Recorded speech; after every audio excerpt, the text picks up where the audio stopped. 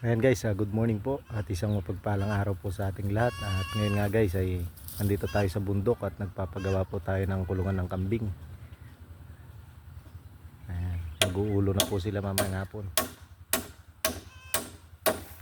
At naglipat po tayo ng ilang mga kambing dito po sa ating area dito sa bundok. Ito po yung ating dalawang inin. Miinom na siya oh. Di ba binibigyan ng tubig to? Nauho oh, minom. Buntis pa naman. Ayan guys, umiinom na po siya oh.